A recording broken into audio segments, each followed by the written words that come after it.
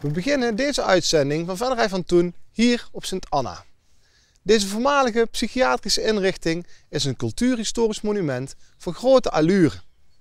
Het is een parklandschap van 45 hectare met prachtige monumentale bossen en bomen, prachtige lanen, aparte objecten en grote gebouwen onder bijzondere architectuur.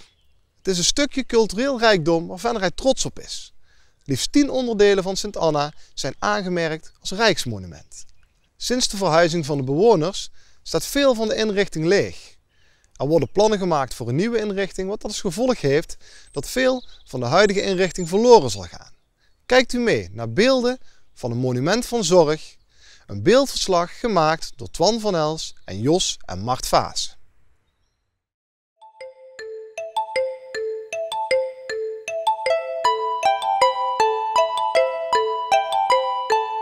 Onder het dichte bladerdak van een groot parklandschap ligt de psychiatrische inrichting Sint Anna verscholen. Alleen het ranke torentje van de kapel piekt als een vermanend vingertje boven het gebladerte uit. De rest van het instituut is aan het oog onttrokken. De inrichting, met een oppervlak van bijna 50 hectare, is gelegen aan de noordgrens van Venray, op de grens van Den Brabander en het dal van de Loobeek. Een historisch landschap waar grote veranderingen plaats gaan vinden, evenals op Sint Anna zelf. Na bijna 100 jaar gaan de poorten van dit instituut voorgoed op slot. Het einde van een monument van zorg is nabij. Het officiële adres van de inrichting luidt Noordsingel 39. Een schreeuwend bord laat weten dat het complex deel uitmaakt van het Vincent van Gogh Instituut. Pogingen om de naam van de inrichting veranderd te krijgen in het nietszeggende locatie Noordsingel liepen op niets uit. Men was te zeer gehecht aan het vertrouwde Sint Anna of Sint Anneke. De sierlijk gebogen toegangsweg voert naar het statige hoofdgebouw, dat gelegen is in een park van grote allure. Majestueuze bomen en ruime gazons vormen samen met het monumentale gebouw het visitekaartje van Venray. Het hoofdgebouw, met klooster, kapel en centrale keuken, werd recentelijk tot Rijksmonument verklaard, samen met het prachtige voorterrein en het ovale gazon voor het complex. Het gebouw is een voorbeeld van eclecticisme, een verzameling van stijlen die het geheel een paleisachtige uitstraling geeft. De oude portiersloge en toegangspoort geven nog de oude grens aan tussen binnen en buiten de inrichting. Geslotenheid was vroeger het kenmerk van het gesticht, zoals de inrichting in de volksmond werd genoemd. Maar die geslotenheid maakte geleidelijk aan plaats voor openheid en sinds ettelijke jaren staat de poort letterlijk en figuurlijk wagenwijd open. De hoofdlaan draagt de naam van het instituut, Sint Anna-laan. De laan is de oude weg van Venray naar Overloon. De stichters van de inrichting, de Zusters van Liefde uit het Belgische Gent, lieten bij de bouw van het gesticht in 1907 enkele riante villa's bouwen voor de heren-doktoren. De villa's waren gelegen aan de deftige laan, net buiten de poort van de inrichting. De grootste villa was bestemd voor de geneesheer-directeur. Verschil moest er zijn. De Annalaan was in vroegere jaren de toegangsweg tot het instituut. De huidige hoofdingang aan de Noordsingel dateert uit de jaren 70. Boven de hoofdingang van het voormalige klooster prijkt het beeld van de schutspatrones naar wie de inrichting werd vernoemd, moeder Anna, die hier onderricht geeft aan haar dochter Maria. De deftige hal ademt nog steeds de sfeer van het vroegere klooster. Inrichting en aankleding waren erop gericht om voornaamheid en gezag uit te stralen. De verbindingsgang in de binnentuin ligt er verlaten bij. Vele jaren schuifelden de nonnen met ruisende rokken door deze gangen, op weg naar de kapel voor het gebed. De zolder van het klooster herbergt nog tal van geheimen. Waartoe dienden deze kamertjes? Gelegen onder het pannendak, afgesloten met een eenvoudige celdeur met een kijkgaatje. Volgens overlevering zijn de deuren afkomstig van een oude isoleercel van een der paviljoenen. Nog geheimzinniger dan de zolders zijn de tientallen kelders van het klooster. Catacomben waar je kunt verdwalen. Opslagplaats voor afgedankte materialen van de keuken- en voorraadkelder, maar ook schuilkelder in de bange oorlogsdagen van weleer. Honderden mensen zochten hier hun toevlucht. Een ondergrondse wereld van een verstilde schoonheid. Slagerij gesloten 28 oktober 1996. De afbouw van Sint Anna is al ettelijke jaren gaande en afdelingen worden gesloten. Ook de grote keuken zal gaan sluiten. Vandaag is het de laatste dag. Na bijna 100 jaar worden hier vandaag de laatste maaltijden bereid. Een bijzondere dag, maar aan het keukenpersoneel is dat niet te merken. Zij doen hun werk. Snel, efficiënt, zonder veel woorden. Vakmanschap is meesterschap. Het is een dag als alle andere dagen. 8 uur in de morgen. De kookketels worden opengedraaid. De ingrediënten geladen. Een enkele instructie en ieder kent verder zijn of haar taak. Er moeten vandaag 1500 maaltijden worden bereid. Om 12 uur dienen alle cliënten van een goede maaltijd te zijn voorzien. De bereiding aan de grote ketels vraagt alle aandacht. Een mislukt gerecht kan de goede naam van de keuken veel schade berokkenen. Hoge eisen worden gesteld aan de hygiëne. Het dragen van beschermende kleding is verplicht. De maaltijden zijn afgestemd op de persoonlijke keus van de cliënt, wiens wensen op een kaart staan genoteerd. Aan de portioneerband wordt snel en secuur gewerkt. De maaltijden moeten over grote afstanden worden vervoerd. Dat gebeurt in verwarmde transportwagens. Als de maaltijden zijn afgeleverd, begint de grote afwas. Een zwaar en lawaaierig werk. En dan is alles opgeruimd en ligt de keuken er weer netjes bij. Het lawaai van potten en pannen en rinkelend porselein is verstomd. Er heerst opeens een serene stilte. De stilte van het afscheid.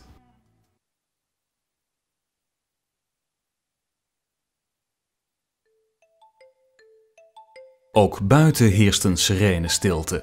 Het park naast het klooster ademt rust en kalmte. Een van de oudste gebouwen is paviljoen Eugène, de vroegere klasseafdeling. De intimiteit van de voormalige kloostertuin wordt door niets verstoord. In de toekomst zal hier een groot appartementengebouw verrijzen. Vroeger stond op deze plaats het sanatorium Notre-Dame, de deftige afdeling voor de patiënten van de eerste klasse. Er waren betalende en armlastige patiënten. De laatste groep woonde in paviljoenen achter op het terrein. Paviljoen Notre-Dame werd in de oorlog zwaar verwoest en niet meer opgebouwd. Sint Anna lag midden in het oorlogsfront. In de kelders verbleven duizenden mensen. Zwaar granaatvuur daalde op hen neer. Op zekere dag werden er in 3 uur tijd meer dan 12.000 granaten op de inrichting afgevuurd. Er vielen vele slachtoffers. Het fraaie gebouw Eugène zal behouden blijven.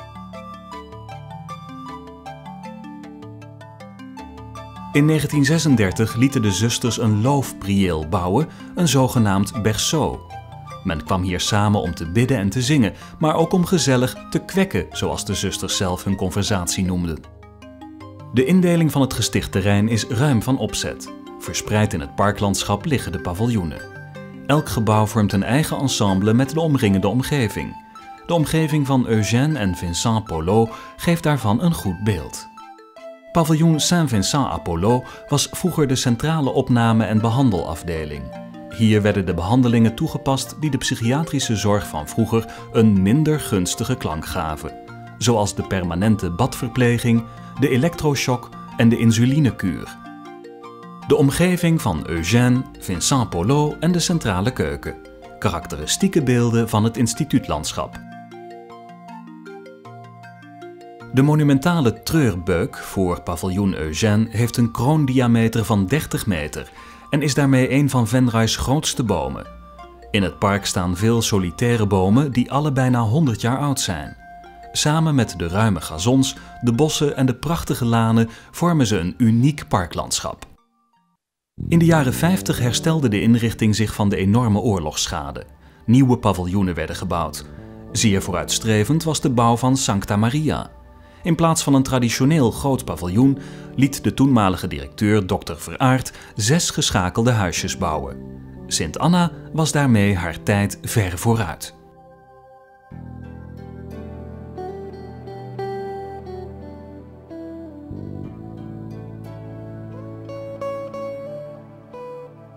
Naast Sancta Maria ligt gebouw Don Bosco, aanvankelijk opgezet als therapieafdeling.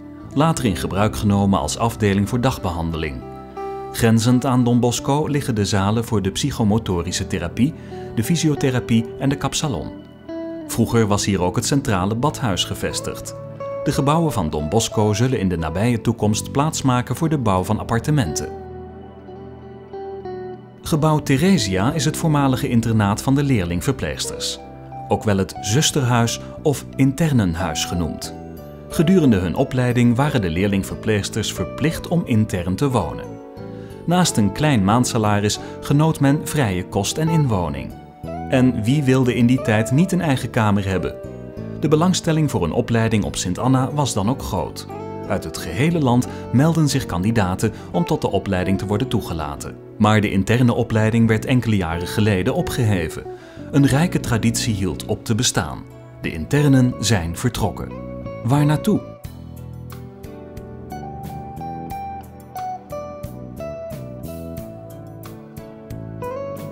Tegenover Huize Theresia ligt het speelveld waar in vervlogen tijden de Sint Anna Kermis plaatsvond.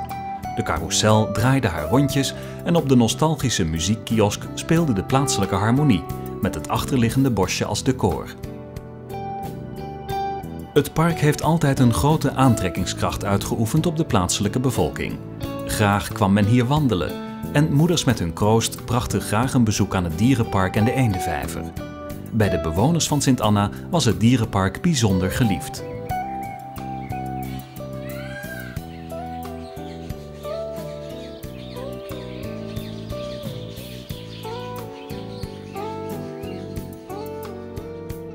Sint Anna bezat veel akkerland en was wat de voedselvoorziening betreft geheel zelfvoorzienend. De boerderij van het gesticht was dan ook uiterst belangrijk. Tot ver in de jaren 70 bleef de boerderij in bedrijf. Sinds enkele jaren staat het complex leeg en dreigt het ten prooi te vallen aan vandalen. Alle ramen moesten vanwege dat vandalisme worden dichtgetimmerd. De boerderij verkreeg de status van rijksmonument. Enkele attributen herinneren nog aan het verleden. De ruimten deden enkele jaren dienst als opslag voor oud meubilair. In de voormalige slagerij getuigen de vleeshaken nog van het werk wat hier werd verricht. De voormalige tuinderij ligt er verlaten bij. De eens zo rijke grond wordt overwoekerd door hoog opschietend onkruid. De plannen om hier in de toekomst een appartementengebouw neer te zetten zijn voorlopig in de ijskast gezet. Een dassenburcht in de naaste omgeving is hiervan de oorzaak. Voorlopig zal de rust in dit mooie gebied nog niet worden verstoord. Door het park lopen diverse wandelpaden. Een bijzonder fraai gebied is het parkgedeelte in het noordoostelijke deel van het terrein. Hier wandelen we door het zogenaamde derde laantje. De andere twee lanen zijn de hoofdwegen op het middenterrein. Duidelijk zijn nog de restanten zichtbaar van de omwalling van Denderskamp, een oude akker waar vroeger boekweit werd geteeld. De houtwal of wildwal bood beschutting voor het akkerland en is een leefgebied voor amfibieën, wezels, hermelijnen en konijnen. Het Sint Anna-terrein vormt een groene buffer tussen het oprukkende bedrijventerrein Smakterheide en het centrum van Venray. Enkele jaren geleden was dit gebied nog de begraafplaats van de inrichting. Waar tot voor kort nog koeien graasden, wordt intussen een nieuwe woonwijk gebouwd, Den Brabander, het gebied dat grenst aan het Sint Anna-terrein. Weids landschap dat voorgoed tot het verleden behoort.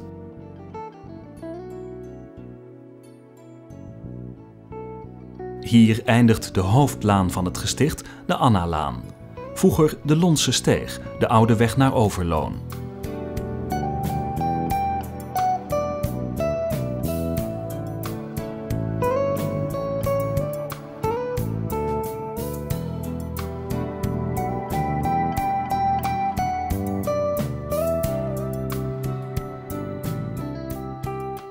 Vele jaren speelde het socio-culturele leven van Sint Anna zich af in het riante ontspanningsgebouw, de Schouwburg. Ontspanning en cultuur stonden hoog in het vaandel van de inrichting. Samen met het restaurant is de Schouwburg het hart van het park. Allerwegen wordt ervoor gepleit om de accommodatie te behouden voor de amateuristische kunsten, zoals muziek, toneel en dans. Een parktheater van formaat. Lentevreugde, zo luidt de naam van het keramisch kunstwerk op de gevel van de Schouwburg. De maker heet Auguste Manche. Het is een geschenk van de Venrayse bevolking ter gelegenheid van het 50-jarig bestaan van Sint Anna.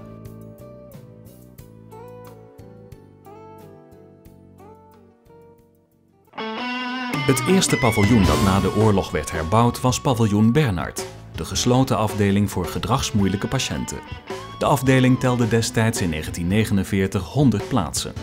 De hoge afrastering om de tuin herinnert nog altijd aan de vroegere geslotenheid van de afdeling.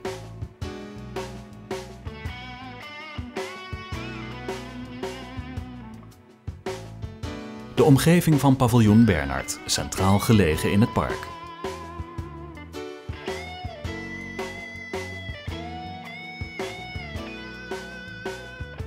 Op de achtergrond doemt paviljoen Sint-Jan op.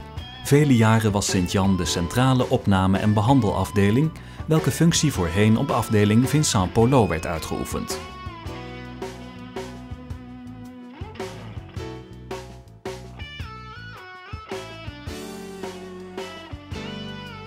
Benedictus, ofwel Benoît, is de schutspatroon van de vroegere ziekenafdeling paviljoen Benoît.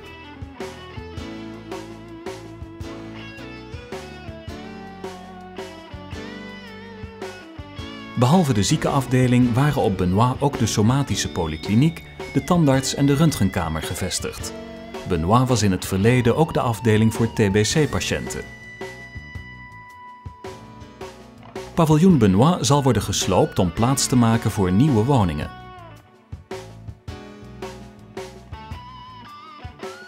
Gebouw Donatus is de vroegere wasserij die in 1974 werd gesloten toen deze werd samengevoegd met de wasserij van Sint-Servaas. Donatus maakt deel uit van het complex van bedrijfsgebouwen die achter op het terrein is gelegen langs de Dr. Kortmanweg, de weg die genoemd werd naar de voormalige geneesheer directeur Kortman.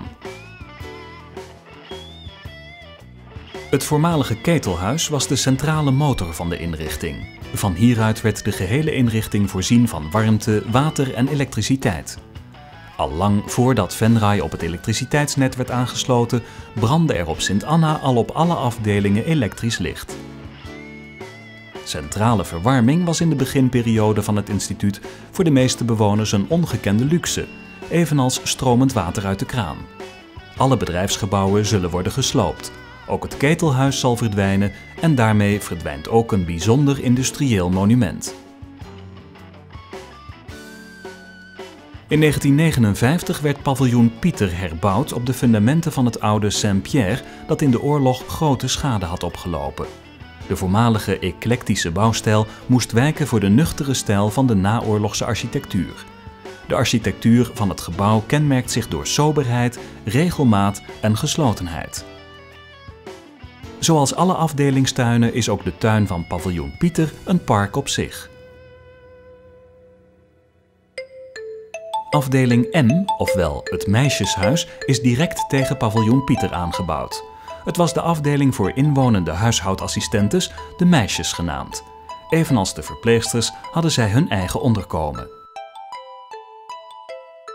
De omgeving van afdeling M, Benoît en Sint-Jan.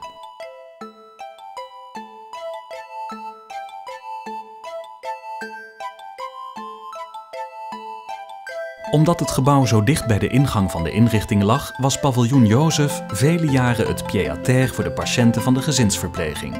Later kreeg de gezinsverpleging een eigen onderkomen.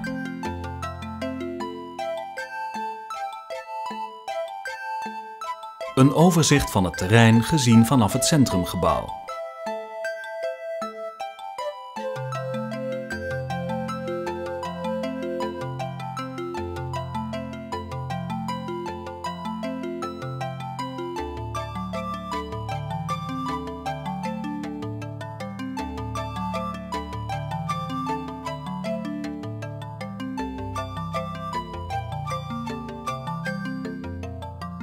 Het centrumgebouw dateert van 1961.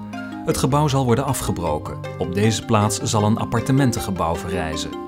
De flatjes op de eerste etage van het centrumgebouw waren met name bij de oudere inwonende medewerkers zeer geliefd. Jarenlang was dit Mariabeeld, Heil der Zieken, een vertrouwd gezicht op het Anna-terrein.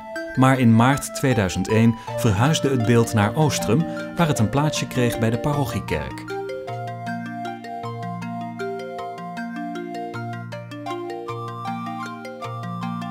Monumentale bomen in een park van grote allure.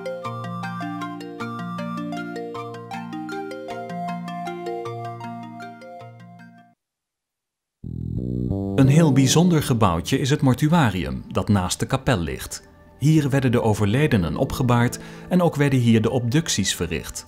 De hardstenen obductietafel is nog authentiek. We beëindigen onze rondgang door Sint Anna in de kapel, waarvan de deur na 100 jaar voorgoed dicht zal gaan.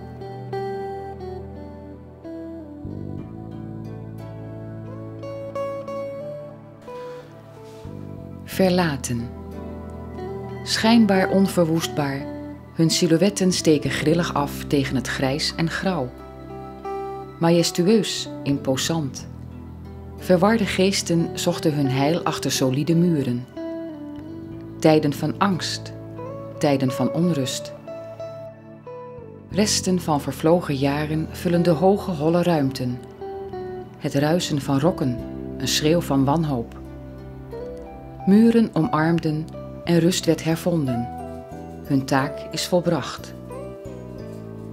De echo van een dichtslaande deur danst voor de laatste keer door de eindeloos lange gang. Troosteloos en verlaten.